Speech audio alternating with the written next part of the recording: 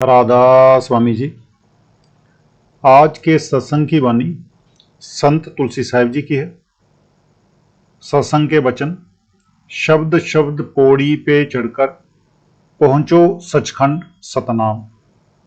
जिस तरह एक स्त्री सुंदर सुंदर कपड़े पहनकर, हार श्रृंगार करके, इत्र लगाकर प्यार के साथ अपने पति से मिलने जाती है, इसी तरह मेरी रूह इश्क प्रेम विरह वैराग्य विवेक के साथ अपने पति अकाल पुरुष से मिलने के लिए रूहानी मंजिलों का सफर करती है। रास्ते में क्या क्या देखा? बेशुमार पहाड़, अनगिनत दरिया, ब्रह्मा पार ब्रह्मा। रूह सबको पार करती हुई ऊपर जाती है। इसी मजमून पर मौलाना रूम साहब कहते हैं, अगर तू आदि राज को सूरज देखता है तो मेरे साथ बात कर, अगर नहीं देखता है तो मुझे जरूरत नहीं कि तेरे साथ बात करूं। सूरज किसके अंदर चढ़ता है? आप फरमाते हैं, जे हालत पवित्र रूहों में प्रकट होती है, उस देश में ना दिन है ना रात, केवल नूर है। रास्ते में बेशुमार पहाड़, जंगल, दरिया और समुद्र आते हैं, जिन्हें रूह समझ नहीं सकती और वहम से ख्याल वहां दुखी है। सारी दुनिया उस त्रिकुटी के मैदान में ऐसी है जैसे समुद्र में एक बाल। ये सारी सृष्टि उस रचना के आगे कुछ हैसियत नहीं रखती। अब सवाल पैदा हुआ कि किस राह से जाएं? ये आगे कहते हैं, हर एक इंसान के अंदर शब्द की सीढ़ी लगी हुई है और हर एक मंजिल पर जाने का रास्ता मौजूद है। जितने फकीर अंदर गए एक ही ख्याल जाहिर कर गए। यही स्वामी जी भी फरमाते हैं, शब्द शब्द पौड़ी पे चढ़कर पहुंचो सचखंड सतनाम। अफसोस ये है कि हम उनके ग्रंथों, किताबों या बानी को प्यार से नहीं पढ़ते। हर एक आदमी अपनी अपनी मजहबी किताबों में उलझकर कैद हुआ बैठा है। जो कुछ अंदर है वो बाहर नहीं। जब तक सारे महात्माओं के ग्रंथ प्यार से ना पढ़ जाएं, ये कैफियत नहीं आती। जहां ताल तटपट पार प्रीतम, परसी पद आगे अली, गट गोर सोर सिहार सुनी के, सिंध सलिता जस मिली। कहते हैं, इस तरह शोक और प्रेम के साथ मेरी रूह ब्रह्मा और पार ब्रह्मा से होकर तालाब की सैर करके सचखंड में पहुंच गई, मालिक में लवलीन हो गए। सलिता कहते हैं नदी को।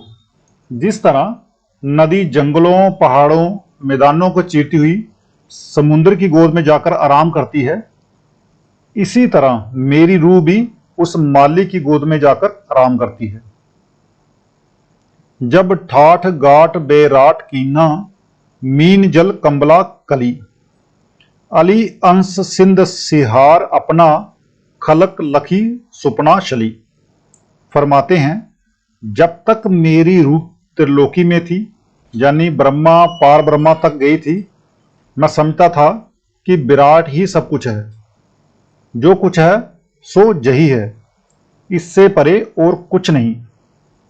मैं इस पर इस तरह आशिक था जिस तरह बमरा फूल पर और मछली पानी पर।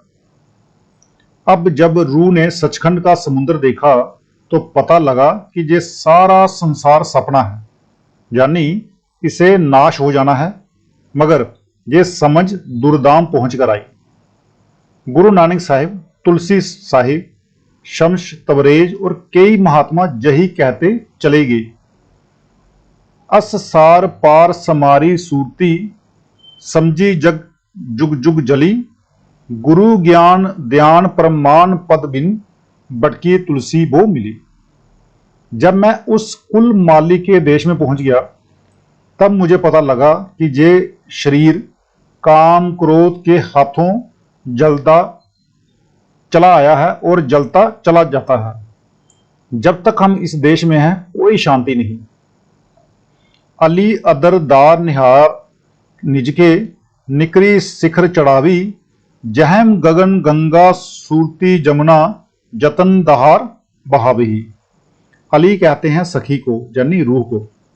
अब कहते हैं कि हे प्यारी रूह, जहां से ऊपर चढ़कर देख तो सही, तेरे अंदर ही गंगा है, अंदर ही जमुना है, अंदर ही सरस्वती है, यानी तीनों धाराएं तेरे अंदर हैं।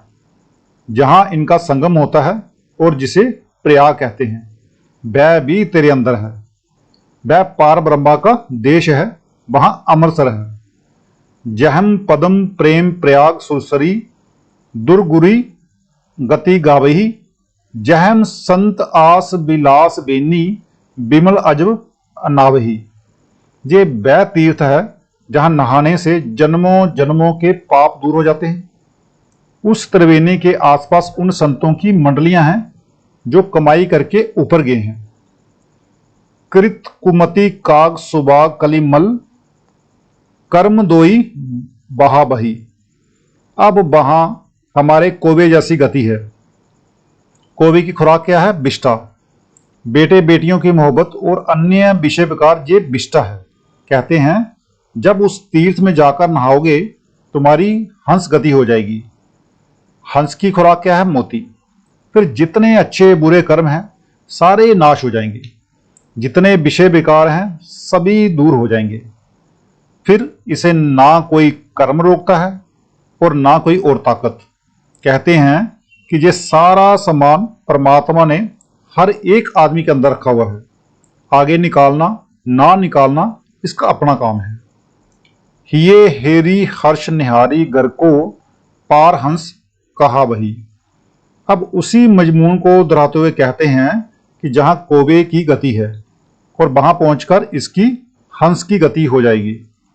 मिली तूल मूल अतुल स्वामी, दाम अबिचल बसी रही।